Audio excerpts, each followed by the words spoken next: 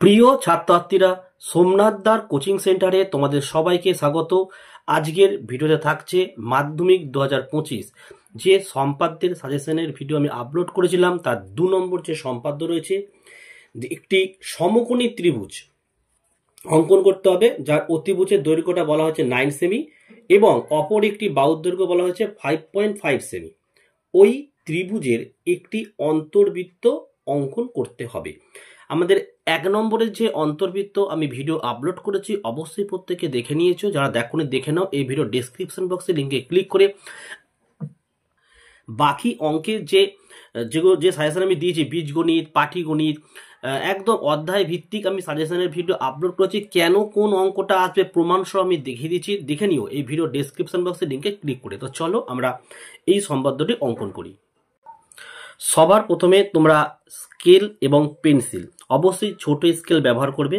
দিয়ে আমরা এই যে 9 সেমি এবং 5.5 সেমি যে দুটি রেখাংশ আমরা অঙ্কন করে নেব। তো প্রথমে দেখো এই যে জিরোটা রয়েছে তার এখান থেকে একটা পয়েন্ট আমি দিলাম। অনেকে কিন্তু ভুল করে এখানে দেবে না। আর একটা হচ্ছে 9 সেমি, মানে এই যে 9 সেমি পয়েন্ট দিলাম। দিয়ে দেখো এই দাগটি আমি সোজা টেনে দিলাম। এটা হয়ে গেল আমাদের 9 সেমি। তো আর একটা আছে আমাদের 5.5 সেমি, সেম এটা আমরা কেটে নেব 5.5 সেমি। ঠিক আছে, এবং তোমরা পাশে কিন্তু অবশ্যই লিখে দেবে, দেখো 9 সেমি আর এটা হচ্ছে আমাদের 5.5 সেমি। এবারে আমরা একটা সমকোণী ত্রিভুজ প্রথমে অঙ্কন করে নেব। ঠিক আছে, চলো। তো প্রথমে কি করবে, সবার প্রথমে একটি স্কেল দিয়ে একটা বড় রেখাংশ কেটে নেবে। এটা কোনো মান নেই, নাম দিয়ে দিয়ে করবে। এটার নাম দেবে বি, এটার নাম দেবে এক্স। হয়েছে, এটার উপর একটা আমরা 90 ডিগ্রি কোণ অঙ্কন করব। দেখো 90 ডিগ্রি কোণটা কি রাখবো, এই যে বি বিন্দু রয়েছে এই বি বিন্দুতে দেখো আমি কাঁটা কপাসটি নিচ্ছি, নিয়ে একটু ছোট করে নেবে। নিয়ে দেখো এখানে একটি বৃত্ত, দেখো একটু মিষ্টি হয়েছিল, এই যে বি বিন্দুতে বসাবে। নিচে এটা ছোট দেখে মান নেবে, খুব বড় বেশি মান নেবে না। নিচে দেখো নিয়ে একটি বৃত্তচাপ অঙ্কন করলাম। ওকে, এবার এখানে যে ছেদ করলো এখানে কম্পাসটাকে বসাও। দেখো এখানে আর একটা বৃত্তচাপ অঙ্কন করো। আবার এইখানে বসে কিন্তু বসে এখানে আরেকটি এইভাবে বৃত্তচাপ অঙ্কন করছো, করে এইখানে যে ছেদ করেছে এই বিন্দুতে বসে আরেকটি এটাকে তোমরা ছেদ করে দাও। তা এটা হয়ে গেল আমাদের 90 ডিগ্রি কোণ। ঠিক আছে, এবারে যেখানটা ছেদ করেছে এখানে একটা প্রথমে বিন্দু দিয়ে দাও যাতে তোমাদের কাটতে সুবিধা হয়। দেখো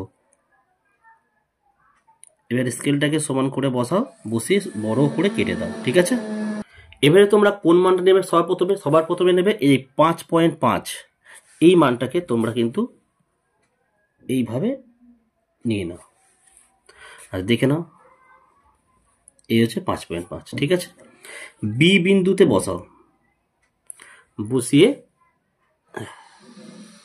এটা কাটা হলো। এটার নাম তোমরা দেবে কিন্তু সি।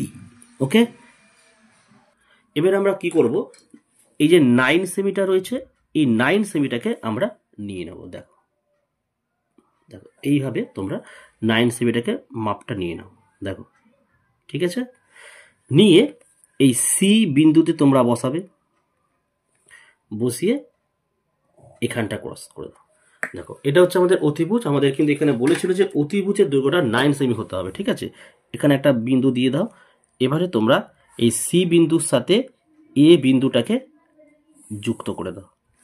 তাহলে আমাদের একটি সমকোণী ত্রিভুজ কিন্তু অঙ্কন হয়ে গেল। ঠিক আছে, এবারে কাজটা দেখো, বাড়িতে একটু কাজ হচ্ছে উপরে, তাই একটু সাউন্ডের কিন্তু সমস্যা হবে। এবারে আমরা কি করব, দেখো সি বিন্দুতে তোমরা বসাবে, একটু ছোট্ট করে নেবে। নিচে দেখো এই একই মাপ নিচে কিন্তু, ঠিক আছে, একই মাপ নেবে। এই মানটাকে আর তোমরা সরাবে না।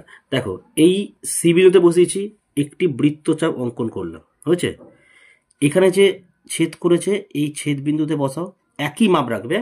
দেখো এখানে একটি বৃত্তচাপ এখানে বসিয়ে, দেখো এই বিন্দুতে বসিয়ে এটাকে ক্রস করে দাও। হয়ে গেল, মাপটা কিন্তু একই রাখবে, ছোট বড় করতে যাবে না। দেখো সব মিলে যাবে। দেখো এবারে বি বিন্দুতে বসিয়ে ওই একই মান নিয়ে এখানে একটি বৃত্তচাপ অঙ্কন করলে, ঠিক আছে। আবার এখানে যে ক্রস করেছে দেখো এই বিন্দুতে বসে এখানে একটি বৃত্তচাপ অঙ্কন করো, আর এই যে ছেদ করেছে এখানে বসাও, বসে এটাকে কেটে দাও, ঠিক আছে। এবারে এই দুটোকে লম্ব সমদ্বিখণ্ড করে দাও। দেখো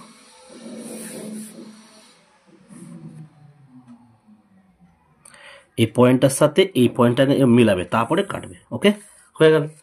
এই যে এখানে যে ছেদ করলো দেখো এইটা হচ্ছে তোমার আই বিন্দু, ঠিক আছে, এটা হচ্ছে আই বিন্দু। আচ্ছা এবারে পরের কাজ দেখো, এই যে আই বিন্দুতে বসালাম, বসিয়ে দেখো নিচের দিকে এই পেন্সিলের মুখটা নিয়ে আসবে, দেখে নিচ্ছি আমি এই জায়গাটা নিয়ে একটু নিচে ছোট্ট করে একটু মাপ নাও, ঠিক আছে। মাপ নিয়ে তোমরা এইভাবে এটাকে ক্রস করে দাও, ঠিক আছে। এবারে এইখানে যে পয়েন্টে মিলিত হয়েছে, ঠিক আছে, মানটা এক রাখো কিন্তু, রেখে নিচের দিকে আর একটি বৃত্তচাপ অঙ্কন করবে। আবার দেখো এইটা যেখানে ছেদ করেছে বসাও, বসে এইখানটা দেখো এবারে আই বিন্দুর সাথে এই বিন্দুটাকে যোগ করে দাও, ঠিক আছে। এই যে ছেদ করলো এটার নাম হচ্ছে ডি। দেখো ডি হয়ে গেল।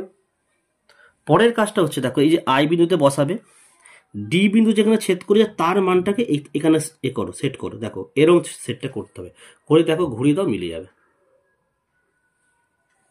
দেখো দেখো পুরোটাই কিন্তু মিলে গেছে একদম। তো এইভাবে করলে তোমাদের সম্পাদ্য মিলে যাবে, 5-এ 5 কিন্তু পেয়ে যাবে, ঠিক আছে। তোমরা কিন্তু একবারই সিঙ্গেল ঘোরাবে, ঠিক আছে। এটা হয়ে গেল। কিন্তু এবার একটা লেখা আমাদেরকে লিখতে হবে, তাহলে সম্পূর্ণ 5-এ 5 তোমরা পাবে। কি লিখতে হবে দেখে নাও, ঠিক আছে। দেখো তোমরা লিখবে এইভাবে, এবিসি সমকোণী ত্রিভুজের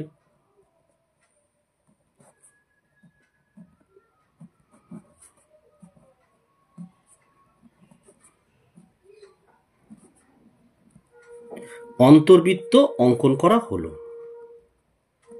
আচ্ছা একটা মিস্টেক হয়েছে, দেখো এর নামটা কিন্তু এ দেবে, এটার নাম এ দিয়ে দেবে, আর এটা লিখবে 9 সেমি লিখে দেবে। এটা হচ্ছে আমাদের 5.5 সেমি, এটা অবশ্যই লিখে দেবে কিন্তু। দেওয়ার পর এই লেখাটা লিখবে যে এবিসি সমকোণী ত্রিভুজের অন্তর্বৃত্ত অঙ্কন করা হলো, অঙ্কন করা হলো, যার ব্যাসার্ধ আইডি। এই আইডি একটা মাপ নিতে হবে। দেখো আইডির মাপটা নিয়ে নাও, দেখো 0 থেকে বসাও, কত হয়েছে দেখেছো, তোমার হয়েছে 1.8 হবে। তাহলে এখানে লিখে আইডি সমান সমান 1.8 সেমি। প্রায় কথাটা অবশ্যই লিখতে হবে, ঠিক আছে। তো এই হলো তোমাদের 2 নম্বর সমকোণী ত্রিভুজের উপর অন্তর্বৃত্ত অঙ্কন। তোমাদের ভিডিও কেমন লাগছে অবশ্যই কমেন্ট করে জানাও, ঠিক আছে। 3 নম্বরের অন্তর্বৃত্ত অঙ্কনটায় পরেই তোমরা পরপর পেয়ে যাবে। ভিডিও ভালো লাগলে একটি লাইক করো এবং চ্যানেলে নতুন হলে চ্যানেলটিকে সাবস্ক্রাইব করো, পাশে থাকা বেল আইকন প্রেস করে অল নোটিফিকেশনটাকে অন করো, যাতে আমি যখনই কোনো ভিডিও আপলোড করব সবার প্রথম যেন তোমার কাছে পৌঁছে যায়। তো আজকের ভিডিও আমি এখানে শেষ করলাম। তোমরা প্রত্যেকে ভালো থেকো এবং সুস্থ থেকো।